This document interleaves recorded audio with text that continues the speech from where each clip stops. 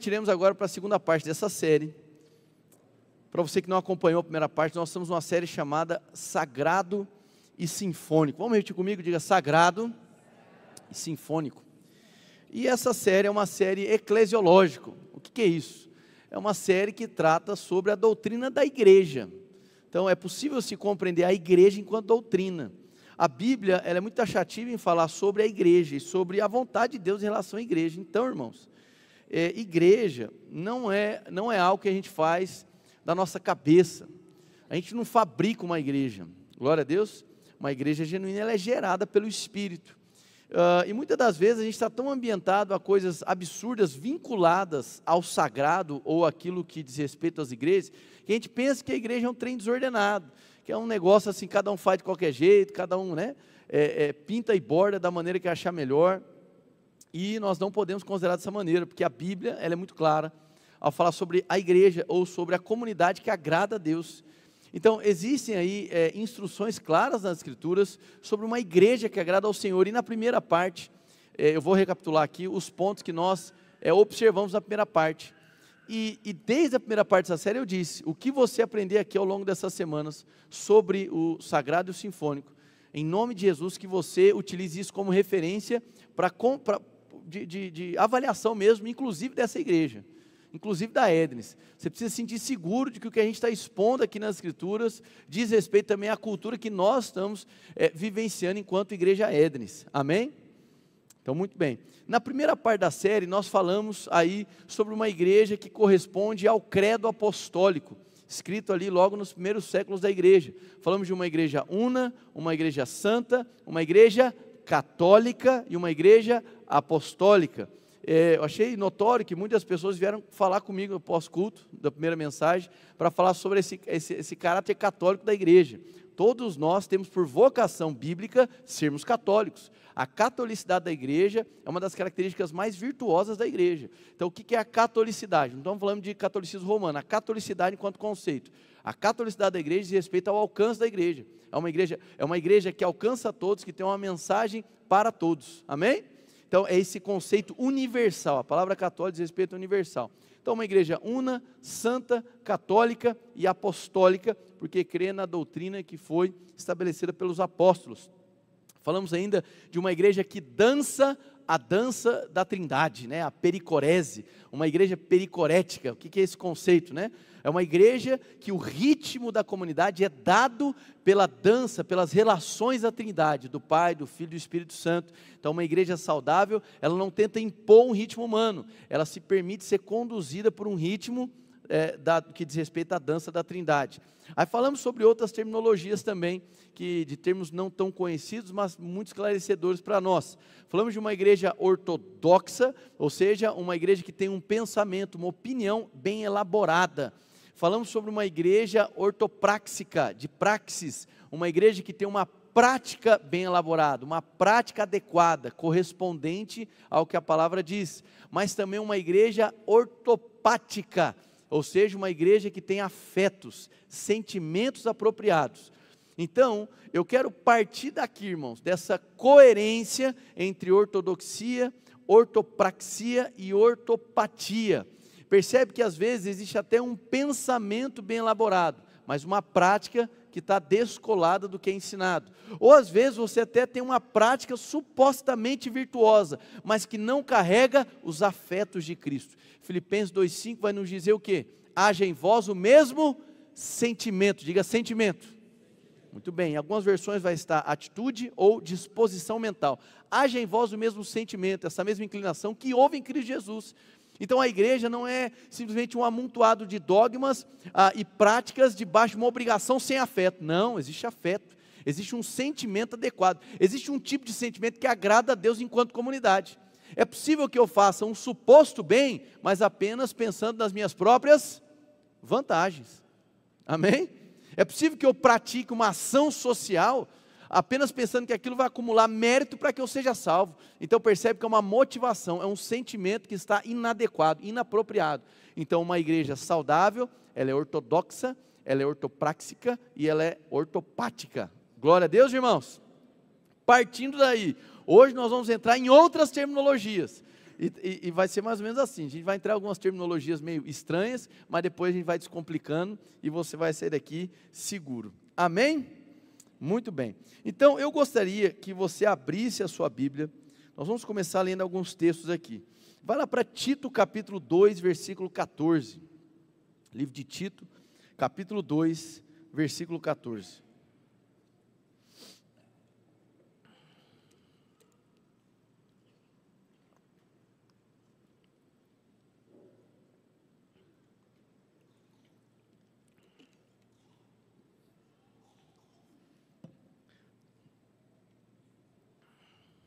Foi anunciado aqui da Escola Letos, né?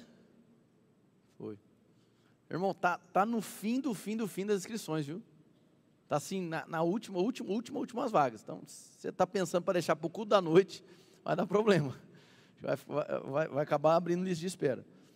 Tito, capítulo 2, versículo 14, assim: o qual deu a si mesmo por nós, para nos remir de toda a iniquidade, e purificar para si um povo seu, especial e zeloso de boas obras. Nos remir de toda iniquidade e purificar para si um povo especial. Essa expressão, um povo para si, é uma expressão muito forte nas Escrituras. Por quê? Desde o período da Antiga Aliança, Deus libera uma promessa, e nessa promessa há ali uma manifestação da sua vontade, ter um povo que ele pudesse chamar de seu, e um povo que o adorasse. Então a igreja, ela tem esse caráter de continuidade e de cumprimento progressivo de uma promessa divina colocada em um contexto de Antiga Aliança. Então é uma promessa que transcende a aliança, é uma promessa que ela é deliberada ali para um povo específico, mas ela alcança a igreja de Jesus. E a igreja hoje não se tem mais judeus e gentios, mas tem a igreja. Então não há mais essa distinção na igreja, porque somos todos um só. A questão aqui que eu quero trazer para vocês é que as expressões vinculadas à igreja geralmente vão estar vinculadas a um povo ou a um edifício ou a uma construção. A questão é que a linguagem ela é sempre corporativa, é uma linguagem sempre apontando para um conjunto e nunca para uma prática individualista. Se existe algo que é uma mazela dos tempos atuais, é esse exagero individualista, e isso tem sido projetado também para a prática espiritual. Então, muitas das vezes as pessoas buscam ir nos cultos, mas para desenvolver uma espiritualidade individualista. Mas a mensagem cristã, ela não tem compactuação com um estilo de vida que pensa só em si mesmo. Então, talvez o seu início de experiência congregacional talvez esteja descolado do que significa de fato congregar. E talvez você até venha para os cultos ou participe das programações, mas numa iniciativa visando apenas o ser abençoado, visando apenas se sentir bem com Deus. Só que é um tanto quanto indissociável estar bem com Deus e distante do próximo. A mesma mensagem que te faz perceber, estar em paz com Deus, de bem com Deus, é a mesma mensagem que te aproxima do próximo. Então, a mensagem cristã, ela é extremamente envolvente. A mensagem cristã, ela provoca em nós essa expressão forte chamada uns aos outros. Não há cristianismo verdadeiro se não houver envolvimento com o próximo. Glória a Deus, irmãos. Então, quando Deus fala sobre, por exemplo, a prática do culto, existe o culto que agrada a Deus, e existe um culto que desagrada a Deus. Existe uma prática de culto que é aprovada por Deus, mas existe uma prática de culto que Deus desaprova. E quando Deus vai ser taxativo em falar, por meio do apóstolo Paulo, em 1 Coríntios capítulo 11, sobre um tipo de culto que o desaprova, ele vai tratar especificamente sobre qual elemento? Da ceia. Hoje não é dia de ceia, né, que nós geralmente celebramos no último domingo do mês, mas ele pega o elemento da ceia para dizer assim: o culto de vocês está fazendo mais mal do que bem. Já pensou isso, irmãos? Então eu não posso me aproximar dessa mesa de qualquer jeito, porque essa mesa é mesa da comunhão. E qual era a falta grave? Eles não estavam comendo a ceia, estavam comendo a ceia, mas eles não estavam olhando para o lado. Eles estavam fazendo da ceia um ato individualista de suposta espiritualidade. E a observação dos sacramentos, ela é importantíssima para a igreja. Quando a gente vai falar sobre a doutrina da igreja, repete comigo, eclesiologia. Logia diz respeito a esse estudo, eclésio de eclésia, que significa igreja. Quando eu falar sobre eclesiologia, os protestantes geralmente olham para Lutero e para a Reforma. No entanto, a gente não vai ter tantas orientações eclesiológicas na Reforma protestante. Por quê? Porque a ideia de Lutero, para aqueles que não sabem, a ideia de Lutero não era fundar uma nova igreja. Lutero, ele queria reformar a igreja e não começar uma nova. Ele é expulso e aí ele começa então a ramificação do cristianismo chamado luteranismo. Mas a ideia era uma reforma, de dentro para fora, e não fabricar uma nova. Amém, irmãos? Então, dentro das teses de Lutero, não tinha ali muitas questões vinculadas à eclesiologia da igreja. Então, são outros reformadores que começam a tocar mais nesse assunto. Em especial, João Calvino. E João Calvino, ele vai fazer ali uma explanação sobre a eclesiologia, que ela é muito instrutiva para nós. E ele vai dizer da seguinte maneira, olha, aquilo que se classifica como igreja tem que ter pelo menos essas duas coisas. Quais são elas? A pregação do evangelho, diga pregação do evangelho. E a administração dos sacramentos, diga sacramentos. Amém? Então, a administração dos sacramentos e a pregação do evangelho aponta para um tipo de ajuntamento que muito provavelmente é uma igreja. E por que é que os sacramentos são tão importantes nesse contexto de igreja? Porque os sacramentos, irmãos, eles só podem ser realizados de maneira coletiva. Não existe referência nas escrituras de autobatismo, irmão, amém? Você vai na piscina, me batiza em nome do Pai, do Filho e do Espírito Santo, você vai assim. Não existe autobatismo nas escrituras. Glória a Deus. Da mesma maneira, a ceia é um partir o pão, com quem? Com o próximo. Então, a observação do sacramento significa que há algum movimento coletivo, algum movimento comunitário, e a pregação do evangelho é necessário, porque se não há pregação do evangelho, se não há exposição das escrituras, então isso pode ser qualquer outra coisa que não seja a igreja. Igrejas saudáveis, elas são excessivamente bíblicas. Glória a Deus. Então, são muitas as expressões vinculadas a isso, e nós vamos passar por algumas delas. Mas antes eu quero falar aqui, eu quero trazer uma fala do reverendo John Stott. John Stott, um reverendo anglicano, faleceu, se não me engano, no ano 2011, para mim, uma das maiores referências e doutrinariamente que mais me influenciam. John Stott, ele vai destacar que o ser humano realiza consciente ou inconscientemente uma busca tríplice.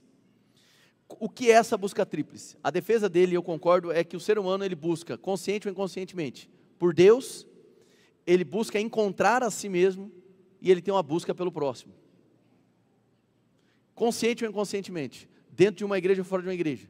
O ser humano está nessa busca para que esse local da divindade seja ocupado da vida dele. Ele está constantemente buscando um significado para si mesmo, para se entender, para se achar e fazendo uma busca pelo próximo. Seja na questão fraterna, seja na questão conjugal, enfim, seja na questão comercial e por aí vai. Então ele destaca isso. Ao procurar por transcendência, as pessoas estão tentando encontrar a Deus. Então, um culto ele deve ser transcendental. O que significa isso? O culto ele precisa dar espaço para que o Espírito Santo atue. O culto ele não é orquestrado pelas nossas vontades. Não se vem ao culto para consumir. Igreja não é local de consumo. Amém, irmãos? Igreja é um local de convergência, onde por meio de uns aos outros nós nos encorajamos e cooperamos para que venhamos a convergir na adoração ao Senhor. Então, o momento de congregação, o momento onde a igreja expressa, por meio da coletividade, a sua adoração, é um momento de convergência, não de consumo. É um local de baixa avaliação sobre o cenário, e um local máximo de entrega. Então, se a minha perspectiva diante de um culto, que é o encontro da igreja, a congregação, é o consumo, eu vou ficar me atentando para aquilo que me distrai, para aquilo que me incomoda. Mas quando eu dou espaço para o Espírito Santo, ele me leva para esse local de transcendência. E na transcendência, eu consigo me satisfazer com a presença do Senhor. Aí nós encontramos o significado da congregação. Ver ao Senhor, perceber o Senhor, provar do Senhor. Mas é necessário que eu abra mão dessa minha sanha consumista, que é o espírito da época que nós vivemos, para que a verdadeira igreja se revele. Porque senão eu vou me comportar como um consumidor. E o consumidor, ele fica avaliando aquilo que o apraz, ou seja, ele vai inverter na orientação da adoração. No fim, o ser adorado são os próprios interesses religiosos dele. Amém? Então, igrejas saudáveis, preste atenção. Comunidades saudáveis, elas não se tornam reféns do espírito consumista. Igrejas saudáveis, elas não dão glória a outro ser que não seja o Senhor. E aqui vem uma característica importante para você já anotar sobre a igreja. Uma igreja saudável, ela é doxológica. O que significa isso? É uma igreja que vive para a glória de Deus. Amém? O que significa? Que nenhum outro pode tentar se candidatar para uma vaga que é de Deus. Então, uma igreja saudável, ela não cultiva uma cultura de poucos heróis. Como que a gente observa uma cultura de poucos heróis? Quando, por exemplo, as pessoas que pregam ou que estão aqui nas plataformas, elas têm um ar de superioridade aos demais. Ou quando os participantes da comunidade se sentem distantes demais, tanto fisicamente, quanto sentimentalmente, dos líderes. Quem está me entendendo? Então, uma igreja que exagera no clericalismo, sabe, que força a barra nos títulos, nas nomenclaturas, para reforçar a autoridade, geralmente existe ali uma sedução para o poder acontecendo. Eu já disse isso aqui outras vezes. Aqui na nossa comunidade, com a graça de Deus, nós somos plurais e extremamente geracionais. Amém? Então há muitas pessoas aqui na nossa igreja, talvez 50% da igreja, acho que mais, que é mais velho do que eu. Tem senhoras aqui na igreja de 70, 80 anos. E muitas delas não me chamam de pastor. A maioria me chama de filho, amém? E eu me sinto extremamente amado por cada uma delas. Então, nós não temos essa necessidade do título para nos sentir fortes, importantes e com autoridade.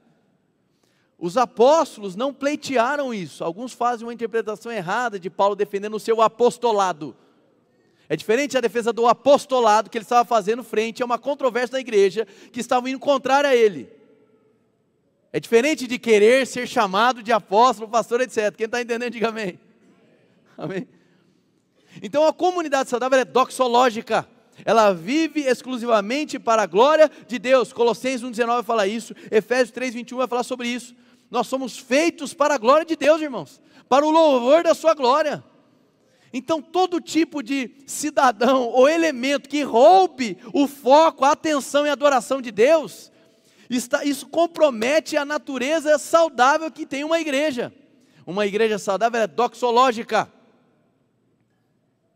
Amém? Eu me lembro no começo da igreja, logo no primeiro ano, a gente sempre teve uma equipe de mídia muito boa, muito forte, graças a Deus, né? Pessoal muito qualificado. E eu lembro no começo que era muito comum, como ainda acontece, dar um feedback dos cultos, né? Aí mostra algumas fotos.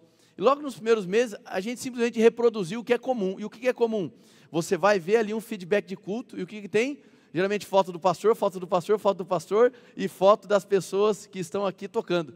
Aí eu chamei eles na reunião, falei, gente, seguinte, nós somos uma igreja. Falei assim, eu já estou aparecendo lá na frente. A nossa igreja, a nossa igreja, ela não significa o Henrique pregando, ou o Renato pregando, ou o Gustavo pregando, e nem os meninos do louvor cantando. A nossa igreja é o irmão abrindo a porta, amém? É o irmão sentado do lado, é a mãe com a criança, é o senhor e a senhora. Falei, então, se as nossas mídias têm que traduzir quem nós somos, a gente não está sendo efetivo, porque a gente está diminuindo aquilo que se compreende como igreja, enquanto a quem prega e quem toca música. Falei, o caminho é esse. Falei, então, me tira desse negócio, esquece da gente que está ali, e começa a reportar, a manifestar quem? O povo.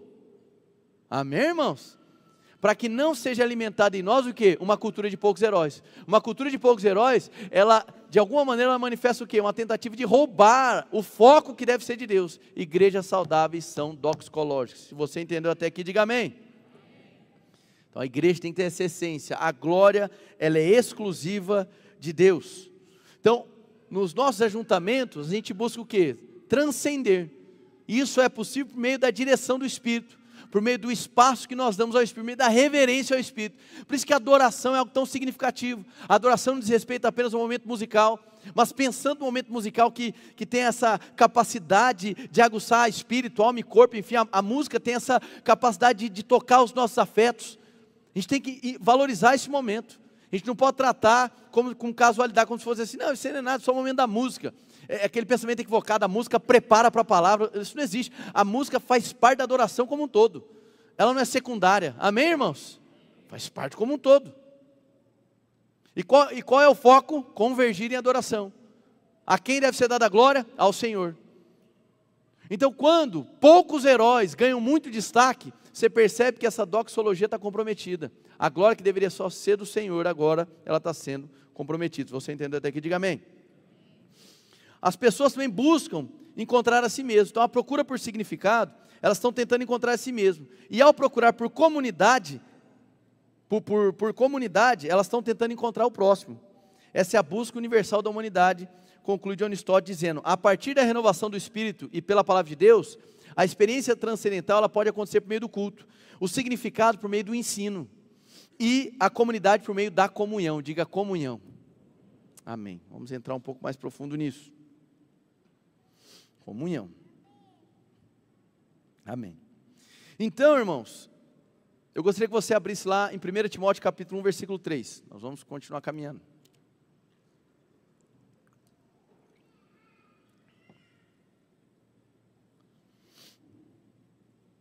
Primeira Timóteo capítulo 1, versículo 3. Esse aqui é o apóstolo Paulo falando. Partindo eu para a Macedônia, roguei-lhe que permanecesse em Éfeso, para ordenar a certas pessoas que não mais ensinem doutrinas falsas, e que deixem de dar atenção a mitos e genealogias intermináveis, que causam controvérsias, em vez de promoverem a obra de Deus, que é pela fé. Só fazer uma pausa aqui, irmãos. Esses genealogias intermináveis, não diz respeito às genealogias que você encontra no Antigo Testamento, amém, irmãos? Tem gente que vai ler a Bíblia, quando começa a genealogia, pula para o capítulo 2, né? Não faça isso, irmão, a genealogia é importante, não é sobre isso que o texto está falando. Se fosse colocar em contraste aqui, né, ou em perspectiva, há um vínculo aqui do que ele está sendo falado com o que foi corrigido em Colossenses capítulo 2, versículo 16 ao 19, falando sobre a observação de festas que tinham ficado na cultura antiga ou no judaísmo e agora estavam inseridos em um novo contexto. Então, o combate ali de Paulo tinha um pouco a ver com práticas judaizantes e outros mitos da época. Mas a questão aqui é que, primeiramente, ele fala o quê? Não mais ensinem doutrinas falsas. Então repete comigo, doxológica. Agora uma segunda característica de igrejas saudáveis também é uma igreja logocêntrica. O que isso significa? Logos, em termos de palavra, no centro. Então uma igreja saudável é uma igreja que preza pela pregação e pelo ensino. Amém? Pela pregação e pelo ensino. Hoje em dia, infelizmente, o que se vê de maneira majoritária são situações onde se tem muito pouco ensino, e pelo fato de existirem manifestações de poder abundantes em alguns locais, pensam que a manifestação de poder é o que valida definitivamente a saúde de uma igreja, e não é. Se um povo reconhecido como igreja compreende que a busca ou a companhia do Espírito significa a manifestação corrente de milagres, calma, presta atenção, e de poder, mas descolado de ensino, está equivocado. Pensar que o que define a igreja enquanto saudável é manifestação de poder, isso é um problema. Jesus ainda vai descrever que tem pessoas que vão chegar no grande dia e dizer, Senhor, em teu nome eu fiz milagres. E Jesus vai dizer, eu não os conheço. Eu não estou dizendo aqui que a manifestação de poder não seja maravilhosa, pelo amor de Deus, irmãos. É algo que chama os nossos olhos, não é? Espetacular, é glorioso. Sou totalmente favorável. No entanto, nós precisamos entender que o que é um marcador de uma igreja saudável é a centralidade da palavra. A igreja se desenvolveu desde o primeiro século a partir de um ensino. O ensino que foi fundamentado pelos apóstolos do Cordeiro. Então, não é a manifestação de poder, não é o termômetro da espiritualidade saudável. Pastor, você está querendo dizer então que é possível que haja manifestação de poder onde não há ensino? Onde às vezes o ensino é equivocado e às vezes herético? Sim, é possível. Mas a manifestação de poder não está validando? Não, a manifestação de poder tem a ver com o quê? Um ato de misericórdia de Deus. Então não é por causa, mas é apesar de. Deus se move, eu acredito na maioria do tempo, na maior parte do tempo, apesar das nossas falhas. Deus se move em misericórdia, tocando pessoas, apesar de ensinos equivocados. Deus é capaz de usar até mesmo alguém, presta atenção, que talvez tenha um caráter duvidoso, para alcançar um próximo.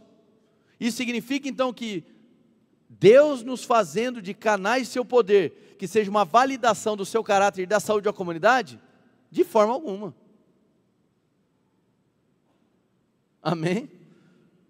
Eu vejo que tem pessoas que se confundem, falam, não, mas Deus se fez presente, houve uma cura, houve um milagre. Então Deus validou? Não. Deus foi Deus, que é infinito em misericórdia, e que não se moveu por causa de, mas se moveu apesar de. Amém? A nossa tendência enquanto seres humanos é o quê? Atrapalhar, irmão, amém? O que Deus está fazendo. A nossa melhor postura é buscar o ritmo do Espírito e não atrapalhar o que Deus quer e vai fazer, amém? Então uma igreja saudável, ela é logocêntrica, ela prega o Evangelho e a sã doutrina. E da onde ela extrai essa doutrina? Da palavra de Deus, irmãos. Comunidades saudáveis, que manifestam esse sagrado, que andam de maneira sinfônica na sua pluralidade, são igrejas que convergem para o ensino das Escrituras. Existem margens para divergências doutrinárias, interpretações diversas, em questões, em áreas específicas, sim, mas em outras, em hipótese alguma, de maneira inegociável. Reconhecer a Trindade, reconhecer a divindade do Filho, a divindade do Espírito, reconhecer que Jesus Cristo foi o único capaz de nos substituir, de morrer a nossa morte, de assumir a nossa condenação, amém, irmãos? Reconhecer que hoje o Espírito Santo atua e habita na vida de todo aquele que crê, reconhecer que a salvação é pela graça, mediante a fé, isso são coisas inegociáveis para a fé cristã, amém? Então todo tipo de comportamento que extrapola da sã doutrina, que exagera, que tenta acrescentar questões ao texto bíblico, que pega o texto fora do seu contexto para criar situações outras, para enclausurar as pessoas, tem que tomar cuidado com isso. Então uma igreja saudável é logocêntrica, ela preza pela pregação e ensino da sã doutrina, de tal maneira que os irmãos se sentem hábeis, capacitados para o quê? Para examinar o que é pregado, amém? A pior postura que você pode ter num culto como o de hoje e qualquer outro, é tomar tudo que eu disse como verdade absoluta sem examinar nas Escrituras. Você tem que cultivar esse hábito, de pegar o que foi falado, pegar o que foi pregado, deixa eu contestar aqui, amém? Isso é saudável para nós enquanto igreja. Igrejas bíblicas não significa apenas uma exposição espetacular dos púlpitos que ninguém entende, não. Ela gera no irmão o quê? A fome pela palavra. Ela gera no irmão esse senso. Porque a logocentricidade, ela não deve ser exclusiva do pastor, ela deve ser marca da comunidade. Quem entendeu, diga amém. Amém. E por que isso é tão importante, irmãos? Para que a gente não caia, eu vou colocar aqui duas questões que acabam sendo ameaças para a igreja. Primeiro, o risco do primitivismo. E segundo, o risco da hipercontextualização. O que é o risco do primitivismo? É extremamente comum a gente olhar para a igreja primitiva, concorda comigo ou não? Devemos fazer isso? É evidente que sim. No entanto, a igreja primitiva era uma igreja em formação. Eu disse isso aqui na primeira mensagem. Era uma igreja composta, pelo menos até Atos capítulo 9, vai ter a conversão de Saulo, vem a ser chamado de Paulo. Você vai ter ali Pedro na casa de Cornélio, aí a história começa a se desenvolver, Atos capítulo 10, 11, e aí sim o evangelho começa a se expandir para os gentios, mas até lá você tem uma formação exclusiva de quê? Judeus que foram cristianizados, judeus que agora creem em Jesus. Então a igreja primitiva, ela é dotada de virtude, de espontaneidade na adoração, amém? É possível a gente absorver diversas características comunitárias que são importantes para nós. No entanto, ela ainda estava se adequando, ela estava na sua formação. Então você vai ver ali às vezes uma mistura de algumas práticas, porque é um povo novo, é um desenvolvimento de algo simplesmente novo. Então o risco do primitivismo é a gente não entender a cultura que nós estamos inseridos, o tempo que nós estamos inseridos, a geração que a gente está inserido. Glória a Deus, irmãos. Então o que é o primitivismo exacerbado? Olha, não, tecnologia é do capeta. Por quê? Porque na igreja primitiva não tinha celular, não tinha telão, então tudo isso aí não tem a ver com a igreja primitiva. Então nós vamos voltar lá para o início, nós vamos andar de carroça, amém? Não vai ter eletricidade, não vai ter nada disso. Então é um exagero primitivista, está dando para entender? Agora, tem coisas da igreja primitiva que são importantes para nós. Por exemplo, quando eles se ajuntam, olha a sequência de fatos que acontecem quando o povo se reúne. A reunião do povo é a manifestação da igreja. Primeiro, eles se reúnem, estavam ali numa ardente expectativa pela manifestação do Senhor, certo? Então percebe que há uma convergência, certo? Em adoração.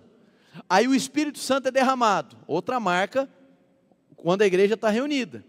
Aí depois segue com uma pregação do Evangelho, mais uma marca do ajuntamento da igreja. Aí lá no final de Atos capítulo 2, ele vai trazer o quê? O que eles faziam. Aí ele vai exaltar a comunidade, porque eles tinham tudo em comum. Eles partiam o pão, eles se dedicavam às orações. Olha que maravilha. Pregava, ensinava. Então é possível absorver da igreja primitiva essas características, mas nós não podemos ser primitivistas e pensar que não existe um diálogo cultural que nós devemos fazer, e pensar que não existe a geração atual, as distinções que nós temos de uma geração para outra nas faixas etárias, e como igreja nós podemos nos portar. Por exemplo, existe ministério de crianças na Bíblia? Existe, irmão? Não existe, irmãos. Tipo, Jesus Cristo é a sua igreja, aí Jesus fundou o mini Cristo. Não tem. Amém? Não tem. Tem ministério de jovens na Bíblia, irmão? Tem? Ministério de casais, esse tem. Não tem. Não tem. Então se não tinha lá, isso é proibido do ponto de vista normativo. Não. É possível a gente elaborar estratégias que dialoguem com as especificidades do nosso tempo. Está dando para entender ou não? Isso é um risco. Mas tem outro risco que eu diria que é uma ameaça maior, que é o da hipercontextualização. O que seria isso? É uma sujeição cega e absoluta ao espírito da época e todos os seus efeitos. Entende? Então é aquele negócio assim, temos que fazer. Por quê? Porque senão não tem outro jeito de alcançar. Isso é perigoso, irmãos. Devo fazer um parênteses aqui, irmãos, em nome de Jesus, tá? Um parênteses aqui. Eu compreendo a importância de uma igreja se posicionar nas redes sociais. Eu compreendo e sei também que eu sou péssimo nisso, amém, irmãos? Tudo bem. Sou totalmente favorável. No entanto, existe um argumento que é falado, que eu penso que fere um pouco a essência do que é ser igreja. Qual que é o argumento? Ora, se você não postar, outras pessoas não vão saber. E esse argumento ele é falacioso, irmãos. Porque ele cria uma ideia de que não há vida se não há postagem, de que não há vida se não há publicação, de que você basicamente não cumpre o Evangelho se você não estiver colocando tudo que talvez seja interessante para que outros sejam abençoados. Isso é problemático, irmãos. Amém? Então isso é hipercontextualização. Pensar que se eu não usar a ferramenta da época, então eu estou praticamente ofendendo a Deus. São coisas costumeiras de ouvir. Você está privando as pessoas. Como assim, irmãos? Privando? Eu penso que privar seria o quê? Fechar a porta da minha casa para atender o necessitado? Não sentar na mesa com aquele que está angustiado? Tem alguém aqui, irmão? Privá-lo seria conduzir a igreja de maneira elitizada? Ignorando os vulneráveis? Você está aqui ou não? É importante aplicar a ferramenta, é importante você observar a ferramenta, mas você não pode fazer da ferramenta aquilo que guia o seu tempo. Isso é o risco da hipercontextualização. Existe o espírito da época. O espírito da época é o quê? Performático, irmãos. Ele é performático, ele é resultadista, é ou não é? Tem um filósofo coreano, irmãos, ele escreveu 2 obras. Eu faço questão de indicar para você. É o Byung-Chul Han. Não precisa anotar que você não vai conseguir, amém? Mas ele escreveu 2 obras, ele escreveu várias, mas 2 que eu queria citar. Uma chama Sociedade do Cansaço, e a outra Sociedade da Hipertransparência. E ele faz um diagnóstico cirúrgico desse tempo que a gente está vivendo. Sociedade do Cansaço. Tudo diz respeito à hiperprodutividade. De tal maneira que aquele que não produz tão bem quanto a sociedade está produzindo, ele se sente completamente abalado. Ele se sente um descartado. E ele vai falar também do risco da sociedade hipertransparente. Ou seja, perdeu-se, houve um colapso do público e privado. E não é verdade isso, irmãos? Houve um colapso do que é público e privado. Completamente. Completamente. A gente precisa tomar cuidado com isso. O nosso enfrentamento, a nossa resposta deve ser o quê? Bíblica e como comunidades saudáveis. Então nós não podemos importar para dentro de uma comunidade esse resultadismo maluco. Eu disse aqui falando para os pais, boa liderança não é liderança que produz resultado, irmãos. Porque se para produzir resultado você mata todo mundo no meio do caminho, isso não é uma boa liderança. Tem gente que eu já conheci que falava bem assim, é só da missão que eu faço, mas até a missão ser concluída, 3 já morreram, irmão. Isso não é uma boa liderança. Eu entreguei o resultado, mas matou todo mundo. Briga, dissensão, contenda. Não, boa liderança faz o quê? Produz referência. Uma igreja saudável, ela produz o quê? Referência. Enquanto comunidade, referência segura para a cidade. Enquanto liderança, nos seus microambientes de liderança, referência segura, no dia bom, no dia mal. Dando resultado ou não dando resultado, irmãos. Se o dar ou não resultado é o que gera em você a satisfação máxima do seu cumprimento enquanto ser humano, enquanto existência, há um problema em você. Você se deixou levar por esse desespero do tempo que nós vivemos. A sociedade está cansada, irmão. Eu me lembro ainda quando eu estava fazendo pós-graduação em psiquiatria e foi levantado lá sobre o tema de um congresso mundial de psiquiatria. Isso foi em 2019, 20, não lembro agora que ano foi. E o tema era como desacelerar. Então, igrejas saudáveis, elas não se permitem entrar nesse ritmo resultadista, onde as pessoas são qualificadas simplesmente pelo que elas produzem, porque isso vai gerar uma sociedade cansada, uma igreja cansada. Mas como a Ednes responde a isso, irmãos? De tempos em tempos, se falar que a gente faz isso semanalmente, mensalmente, estou mentindo, mas de tempos em tempos, a gente busca fazer um rastreio de pessoas que estão atuando em muitos cenários na igreja. Uma vez chamou meu irmão e falei, irmão, a gente estava dando uma analisada aqui, você está em 1, 2, 3, 4, 5 áreas da igreja. Não, pastor, é que eu gosto demais. Eu sei que você gosta, meu amigo, mas é o seguinte, o que a gente quer de você não é uma produtividade máxima, o que a gente quer de você é comunhão.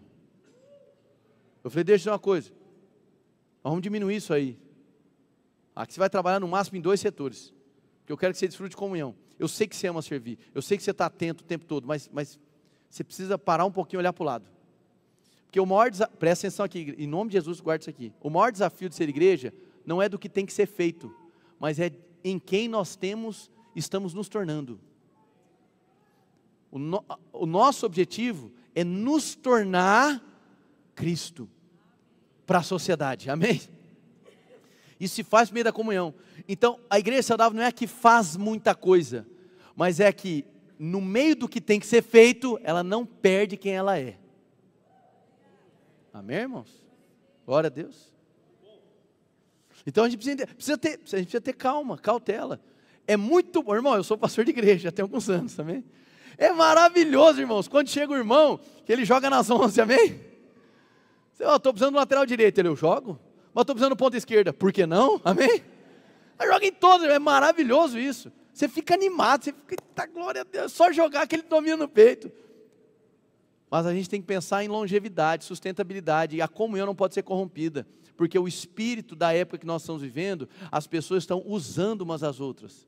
E isso vai na contramão do que é o verdadeiro uns aos outros, onde eu abro mão do que eu quero para abençoar o próximo. Glória a Deus. E aí a gente entra numa terceira característica da igreja. Igrejas saudáveis, elas são pneumodinâmicas. O que é uma igreja pneumodinâmica? É uma igreja que é gerada, empoderada e reunida pelo Espírito Santo. Então, homem nenhum abre uma igreja. Ela é gerada pelo Espírito Santo. Glória a Deus. Então, uma igreja pneumodinâmica, ela é uma igreja que ela valoriza aquilo que é a virtude do Espírito Santo. 2 Coríntios capítulo 13, versículo 14, vai dizer o quê?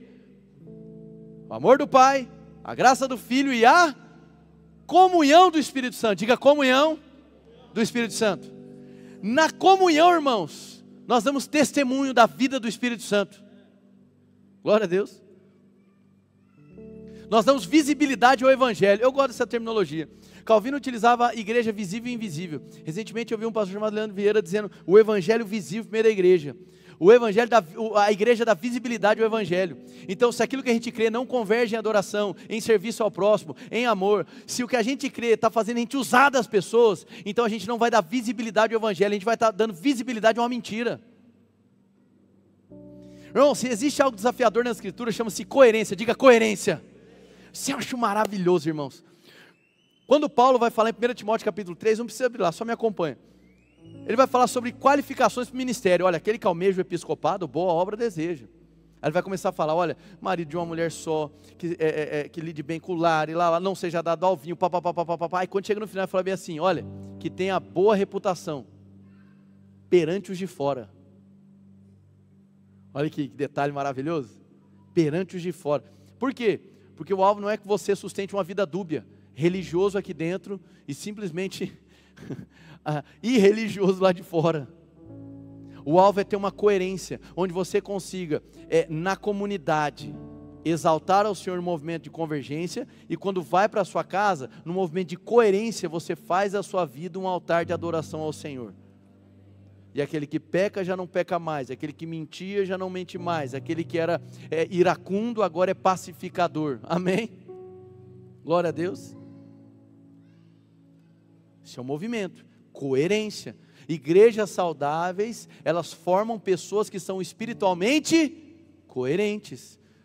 Então, são irmãos, irmãs, que elas reconhecem a pneumodinamicidade do Espírito, ou seja, o mesmo Espírito que me reuniu enquanto igreja, é o Espírito que me conduz a fazer a comida em casa, a sentar na mesa, a olhar no olho do meu filho, a olhar no olho da minha esposa, amém, irmãos?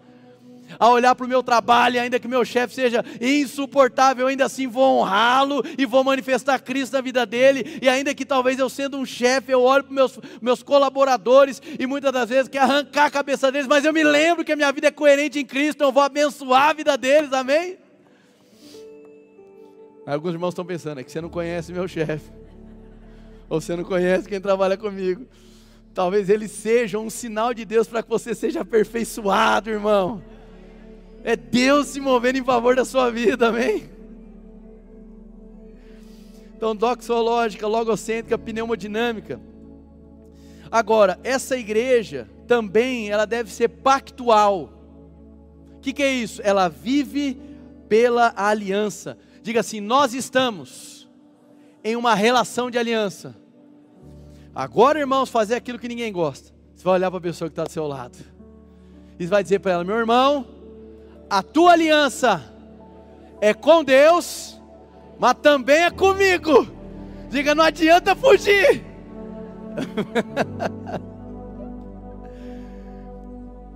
Não tem para onde correr, irmãos.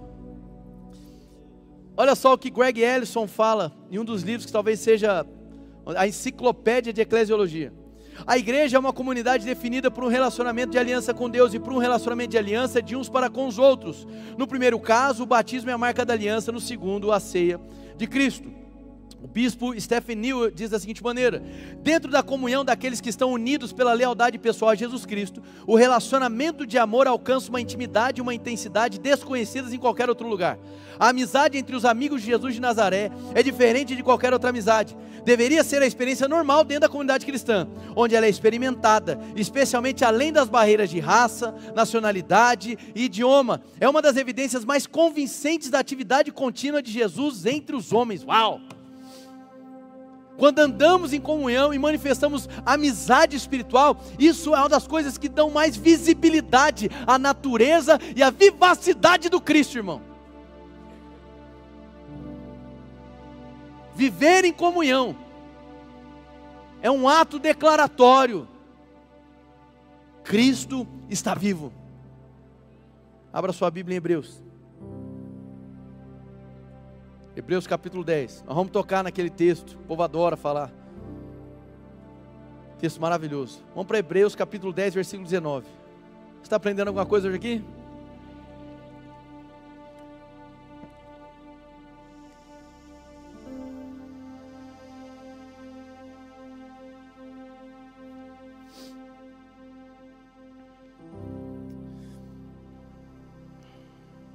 Antes que a gente leia Hebreus capítulo 10, versículo 19, quero só compartilhar algo que Deus tem falado ao meu coração, para fechar esse arco da hipercontextualização. Nós vivemos numa sociedade hiperconsumista, sim ou não? Deus tem falado muito isso comigo. Igrejas saudáveis, elas não fomentam cobiça nas pessoas. Se a igreja que você congrega só gera em você cobiça de ter, isso não é uma igreja saudável. Talvez seja uma das principais mazelas da teologia da prosperidade, teologia da confissão positiva. Esse triunfalismo utópico, entende? Onde ter significa avançar, onde possuir significa prosperar. Simplesmente vulgarizaram o conceito de prosperidade, que é tão maravilhoso, que envolve um bem-estar, uma plenitude a partir da presença e não do que se tem. A prosperidade bíblica não está no acúmulo, está no quê? No compartilhamento. Amém? Então uma comunidade saudável e próspera não é uma comunidade porque tem muito dinheiro, mas uma comunidade que mesmo tendo pouco, parte o que tem. Então a nossa prosperidade, ela é testemunhada no partir do pão. Amém, irmãos? Isso é uma igreja saudável, ela compartilha o dom, o tempo, o recurso. Glória a Deus. Então você tem falado muito isso comigo. Igrejas saudáveis não objetificam pessoas. Igrejas saudáveis não transformam pessoas em mercadorias. Igrejas saudáveis não tornam a fé em mercadoria. Igrejas saudáveis não fomentam luxúria ou cobiça nas pessoas. E isso, convenhamos, é uma praga no Brasil, é ou não é? Uma praga, irmão. Então aquela sensação de espiritualidade sadia e desenvolvida em ter promoção, aumento do salário ou ganhar alguma coisa.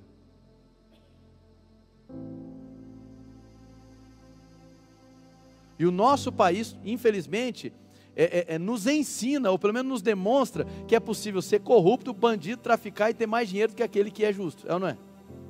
Então se a régua é essa, irmãos, então está tudo invertido. Então prosperidade para nós tem a ver com partir, tem a ver com essa alegria, satisfação em partilhar, ainda que classifique enquanto pouco. Eu disse aqui em outra mensagem, o reverendo Paulo Borges colocou dessa maneira: a maior tristeza do cristão não é não ter o que comer, é não ter o que partir. Porque Deus sempre provê para nós, para ter o que partir com o próximo. Hebreus capítulo 10, versículo 19.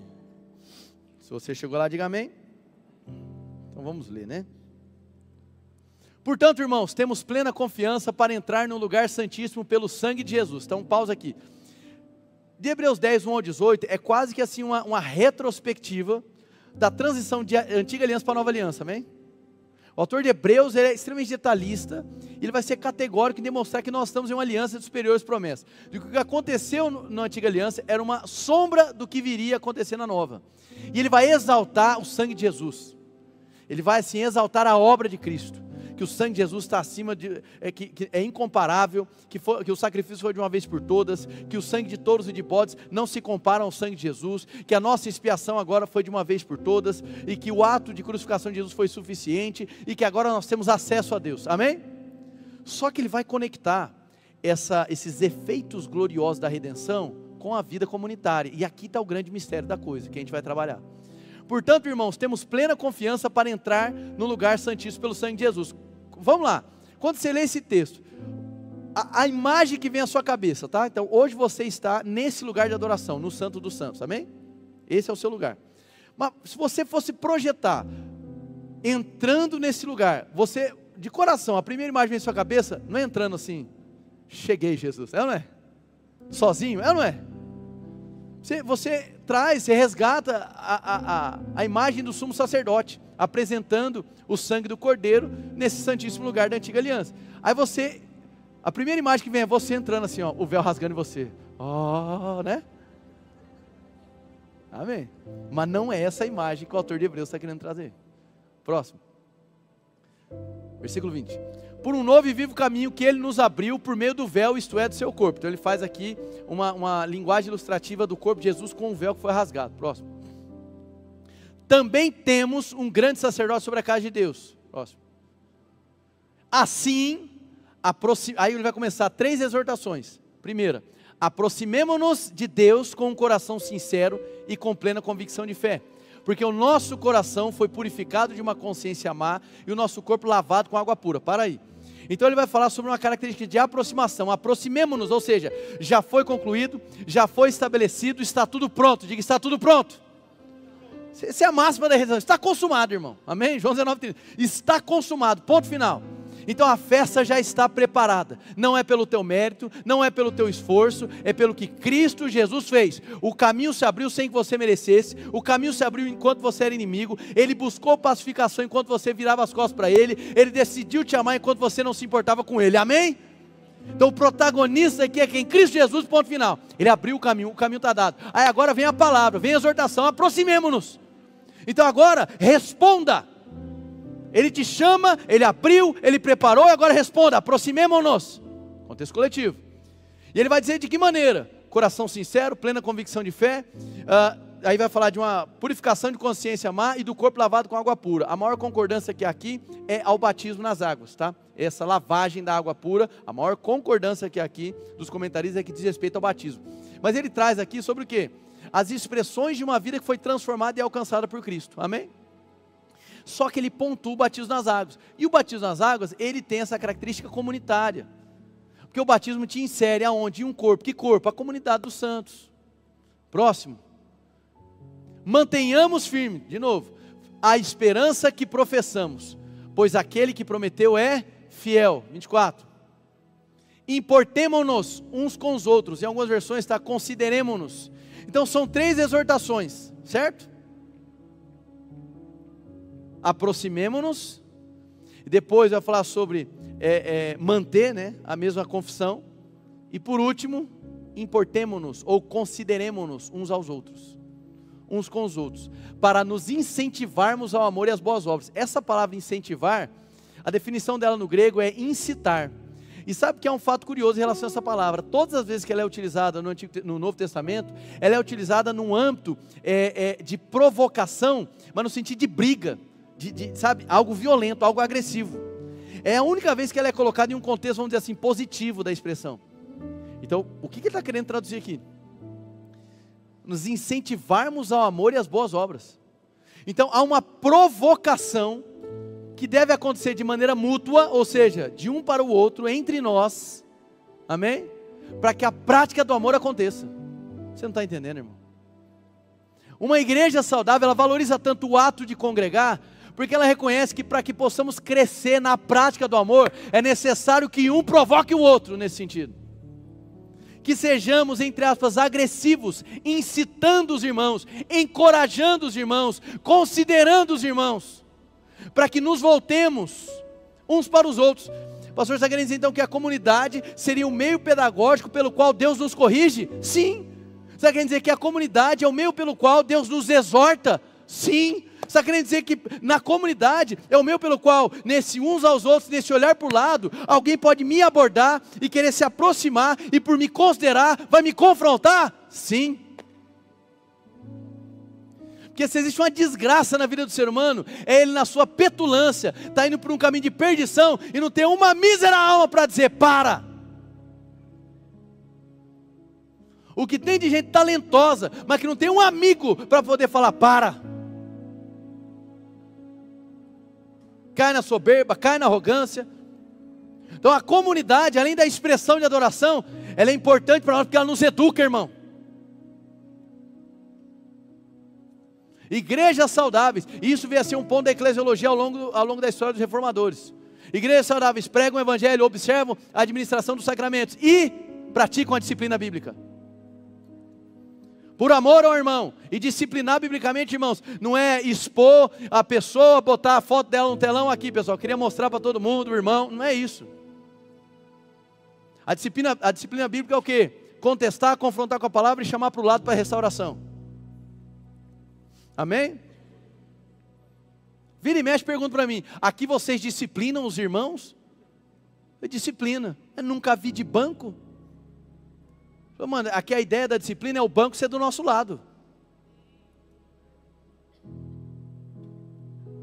Deixa eu dizer uma coisa, irmãos. Comunhão, irmãos, não é uma mesa bem arrumadinha, com todo mundo educadinho, bem comportado. Isso não é comunhão, irmão. Sabe o que é comunhão? A comunhão é você sentar na mesa, aí chega um irmão que peca, e na podridão do seu pecado, você o confronta, mas decide ficar do lado dele sentindo o cheiro. Você não é complacente com o erro, porque você se posiciona na palavra, amém? Só que também por se posicionar na palavra, você ama ele e fica do lado dele, ainda que ele esteja podre e fedendo a pecado. Então a igreja ela não é exclusivista. Ela é católica, amém, irmãos? Segue, 25. E não deixemos de nos reunir como igreja, segundo o costume de alguns, mas procuremos encorajar uns aos outros, sobretudo agora que vocês vêm aproximar-se o dia. Que dia é esse, irmão? Eles viviam numa ardente expectativa de que Cristo voltaria a qualquer momento. Então percebe que a igreja também... Oh, você por aqui? Deixa ele, está tudo bem. Vocês prestando atenção em mim, está tudo bem, vem? Mas deixa ele se divertir. Então, o que é importante você entender? Que essa obra da redenção foi feita e consumada pela primeira vinda de Jesus. Diga, primeira vinda. Mas há um desenvolvimento histórico e eclesiológico, segundo a vontade de Deus, até a segunda vinda. E aqui, o autor de Hebreus está trazendo um significado da importância de congregar. Irmão, a gente cantou a música hoje aqui, eu não sei se você entendeu o contexto da música, mas a gente cantou aqui, a perseguição não parou a igreja, não é assim? Aí talvez você não está tão familiarizado, aí você pensou assim, ok, estou cantando, mas aonde que entra a história do leão e do Coliseu, amém? Que vai dizer assim, os leões não pararam a igreja, não é assim? Ao Coliseu não parou a igreja. Você sabe por que você está cantando isso ou não? Seja sincero, irmão. A igreja, ela foi perseguida no seu primeiro século. Primeiro, segundo e terceiro século. Até que viesse a haver, no Edito de Milão, um apaziguamento para que o cristão pudesse ter liberdade de culto. Isso vai acontecer em 323 depois de Cristo. Enquanto o Constantino era o imperador. Até lá a igreja era profundamente perseguida. Em alguns momentos com grande perseguição. E dentre essas perseguições, os cristãos que assumiam o cristianismo, eles eram lançados aonde? No Coliseu. E quem é que comia eles? Os leões. Por isso você cantou, amém? Então a perseguição não calou a igreja. Em que sentido, irmãos? Presta atenção, o autor de Hebreus está dizendo da seguinte maneira, o nosso contexto é de perseguição. O nosso contexto é, se você anunciar a sua fé, você vai ser morto. Dependendo do tempo que você está vivendo, pode ser que o imperador Nero vá fazer de você um poste onde ele vai atear fogo para poder iluminar os seus jardins. Ou talvez você seja jogado no meio dos leões. E o autor de Hebreus está dizendo assim, ainda assim, vale a pena estar junto. Ainda assim, é importante conectar.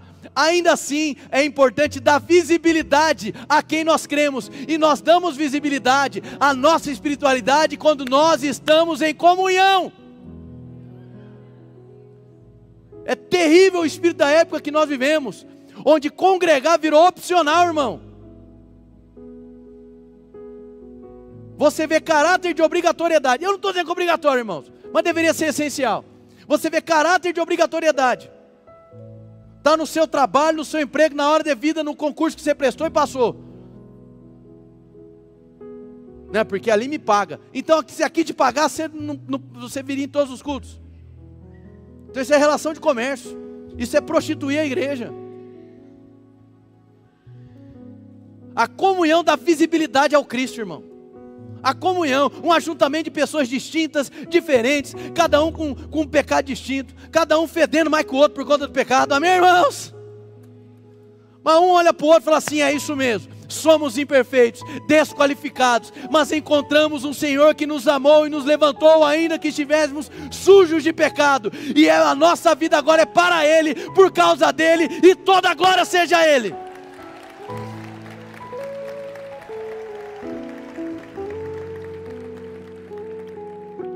Então não é opcional, porque nós vivemos em aliança. E a congregação é o momento onde nós estamos, irmão. A igreja é pedagógica, porque não tem jeito, você pode ser a pessoa mais introspecta do mundo. Aqui você vai ver gente. Aqui você vai ver gente. Talvez você não se abra, mas aqui você vai ver gente. Meu Deus, o horário, não tinha visto. Perdão. Eu vou encerrar. Há um autor chamado Art Katz. A-R-T, espaço, K-A-T-Z, Art Katz. Tem alguns livros lançados. Ele vai dizer da seguinte maneira: é necessário abraçar um sofrimento redentor inerente à vida compartilhada. A verdadeira vida da igreja é o ambiente no qual Deus, em sua sabedoria, opera as mais refinadas formas de sofrimento redentor, a fim de produzir em nós um profundo conhecimento de sua pessoa e dos seus propósitos. Meu Deus. Então, uns aos outros não vai acontecer de maneira automática. Eu me exponho ao ambiente coletivo. E aí eu incito, eu encorajo. Sabe aquele irmão que às vezes fica te perturbando para, vamos irmão. Ele está sendo bíblico em favor de sua vida. Eu sei que a barreira do ser chato ali, ela é tênue, amém? Mas encorajando uns aos outros. O ato de congregar não é para nós opcional. Numa comunidade espiritual, ainda Art Katz falando, nossas vãs ilusões serão rapidamente desfeitas, mas esse desapontamento é uma dádiva de Deus. Por quê? Igreja é o local onde as nossas expectativas não são alimentadas, mas são frustradas, para que a perspectiva de Deus, que é por meio da comunhão, seja construída. O que eu quero dizer, irmão, sabe esse novo, vive e santo caminho, que você foi chamado no versículo 19 a entrar? Esse lugar que você entra, que você atravessa, quando você chega do outro lado, sabe quem você encontra? Deus, mas também encontra o próximo. A espiritualidade em Cristo, irmão, ela não é dissociada do próximo. Não tem como estar bem com Deus e distante do próximo. Quanto mais próximo do próximo você estiver, mais robusta, vibrante a tua espiritualidade. Por isso congregar não é opcional para nós. Eu quero encerrar lendo Filipenses capítulo 2, versículo 1, que vai dizer: se por estarmos em Cristo nós temos alguma motivação, alguma exortação de amor, alguma comunhão no Espírito, alguma profunda afeição e compaixão, completem a minha alegria, tendo o mesmo modo de pensar, o mesmo amor, um só Espírito, uma só atitude. Nada façam por ambição egoísta ou por vaidade, mas humildemente considerem os outros superiores a si mesmos. Cada um cuide não somente dos seus interesses, mas também dos interesses dos outros. Seja o sentimento de vocês o mesmo de Cristo Jesus.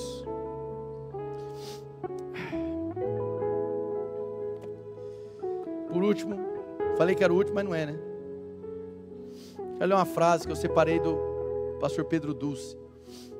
A vitalidade da caminhada cristã depende fundamentalmente de uma vigorosa vida cristã em comunidade. Atenção, não é opcional na fé cristã estar profundamente comprometido com uma comunidade onde a palavra de Deus é pregada, os sacramentos são administrados e os pecados são disciplinados. Caso contrário, a fé cristã se degenera em mero sentimentalismo individualista. Irmãos, eu trouxe para vocês hoje então a característica doxológica da igreja, a característica logocêntrica da igreja, pneumodinâmica, e falamos um pouco sobre a característica pactual, acabei não citando, mas também confessional. O que faltou para a mensagem de hoje? A gente iria falar sobre a característica missional, escatológica, e para outra mensagem a gente vai fazer uma exposição dentro das expressões casa de Deus, fundamento e coluna da verdade. Fica para uma próxima, amém? Quem foi abençoado aqui, dá uma glória a Deus bem forte.